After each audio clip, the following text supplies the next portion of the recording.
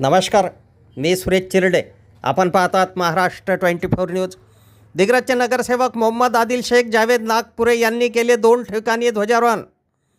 भारतीय स्वातंत्र्य दिनानिमित्त आज दिनांक 15/8/2026 रोजी 80वा ध्वजारोहण दिन नगर परिषद दिग्रजच्या शाळांमध्ये संपन्न झाला.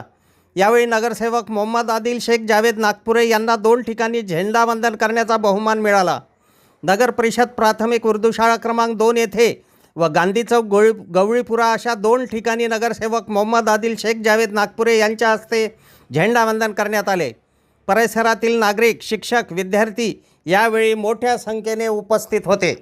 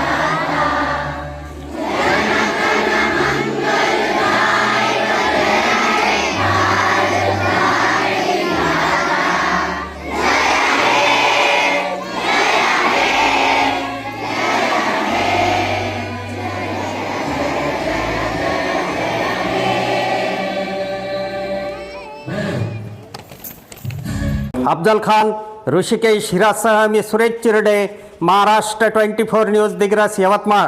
आमच्या पुढील बातम्याचे अपडेट पाहण्याकरिता आत्ताच आमच्या चॅनलला सबस्क्राईब करा व बेल आयकॉनवरती क्लिक करा. धन्यवाद.